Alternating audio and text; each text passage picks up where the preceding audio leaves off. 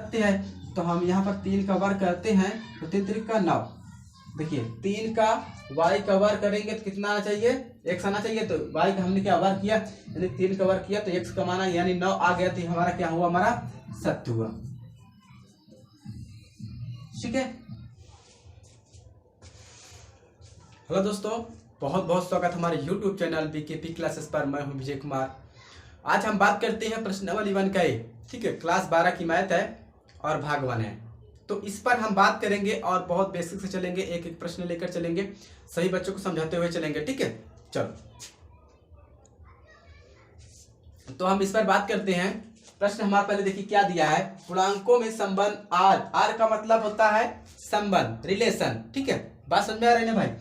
तो इस प्रकार परिभाषित है, यानी कि प्रश्न हमारा आर का मतलब आर संबंध इस प्रकार क्या है, परिभाषित है। जैसे दिया है आर का संबंध y से x y का वर्ग है। ठीक है, तो ये दिया है। और फिर क्या दिया, बताओ निम्नलिखित में से कौन सा कथन सत्य है। फर्स्ट दिया 4/4 रिलेशन 2, यानी कि 4 संबंध 2, जो 2 का संबंध है 4 उससे कैसा है। ठीक है, तो सारी चीजें हम यही पर बात करेंगे। और मैं इस पर बताया हूँ बेसिक से, इस पर मैंने वीडियो बनाया है कि कैसे इसको संबंध हम हल करते हैं। ठीक है, हमारा संबंध कैसे है, किससे है, कैसे हल करते हैं, सारी चीज मैंने बताया इस पर। तो हम डायरेक्ट आते हैं सवाल पर, किसी बच्चों को दिक्कत ना हो। ठीक है, अगर जो न्यू बच्चे हैं तो हमारी फर्स्ट वाली वीडियो देखेंगे तो समझ जाएंगे। चलो दिया है, देखिए पहले सवाल को समझते हैं आसानी से। ठीक है, तभी हम आगे बढ़ पाएंगे।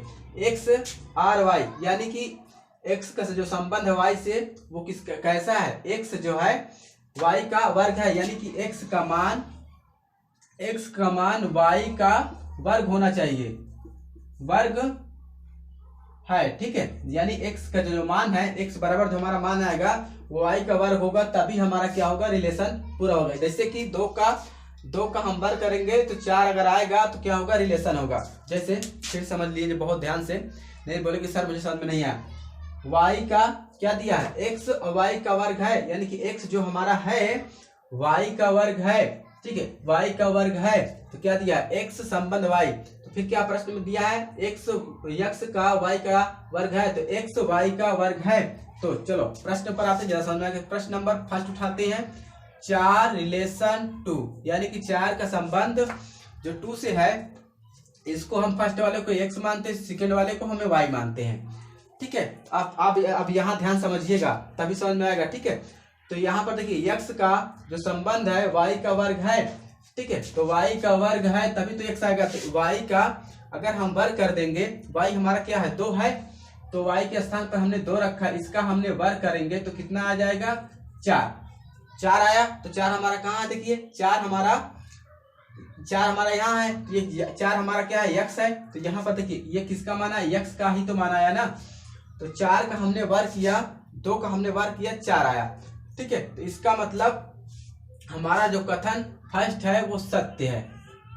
ठीक है, कैसे फिर समझ लीजिए, नहीं तो आप भूल जाते हैं। देखिए x जो है हमारा y का वर्ग है। अगर हम, जैसे प्रश्न हमारा 2 दिया है, अगर हम 2 का वर्ग करेंगे 4, अगर 4 आएगा, 2 का वर्ग करेंगे, यहाँ पर 4 आया, तो समझ लीजिए 2 का हम वर्ग करेंगे, अगर 4 आया तो क्या हमारा ये कथन सत्य होगा। ठीक है, तो ये हमारा कथन सत्य है। अब सेकेंड वाले में देखिए, ज्यादा समझ में आएगा। दिया है -2 रिलेशन 4। अब इस फर्स्ट वाले को हमने क्या मानते हैं, x, सेकेंड वाले को हम क्या मानते हैं, y का देखिए क्या दिया है, x y का वर्ग है, x को जो मान आएगा y का वर्ग है, तो y हमारा क्या है, इसका अगर वर्ग करेंगे, 4 का वर्ग करेंगे तो कितना आना चाहिए, 4 जैसे हमने वर्ग किया 4 का तो कितना आया, 16। अगर 16 देखिए 4 का हमने वर्ग किया तो यहाँ पर कितना आना चाहिए, 16। तो क्या आया हमारा, यहाँ पर -2 है, तो ये ऑप्शन हमारा असत्य है, यानी गलत है। सेकेंड देख लीजिए,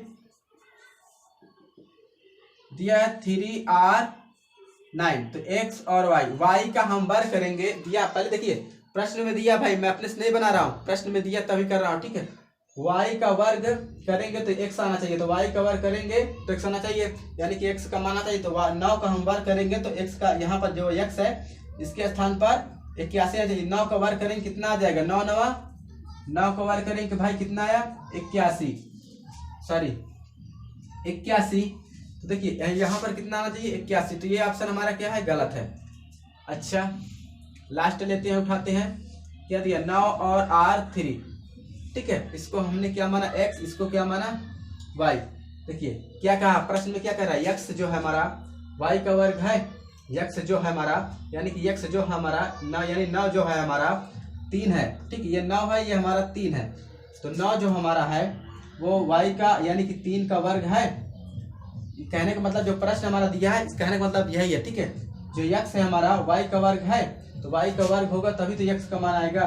3 का वर्ग करेंगे, अगर यहाँ पर 3 का वर्ग करेंगे, यहाँ पर कितना आना चाहिए 9 अगर आता है तो ये हमारा सत्य है, तो हम यहाँ पर 3 का वर्ग करते हैं तो 3 त्रिक का 9। देखिए 3 का y का वर्ग करेंगे तो कितना आना चाहिए, x आना चाहिए, तो y का हमने क्या वर्ग किया यानी 3 का वर्ग किया तो x का मान यानी 9 आ गया, तो हमारा क्या हुआ, हमारा सत्य हुआ। ठीक है, समझ में आया ना भाई। बस कुछ नहीं है, इसमें रिलेशन करना है, थोड़ा समझना है। अगर जिन बच्चों को ना समझ में आए वो कमेंट कीजिए, मैं बताऊंगा, ठीक है। तो हम नेक्स्ट प्रश्न पर की ओर चलते हैं, आप लोग बड़े ध्यान से पढ़िएगा, ठीक है। चलो।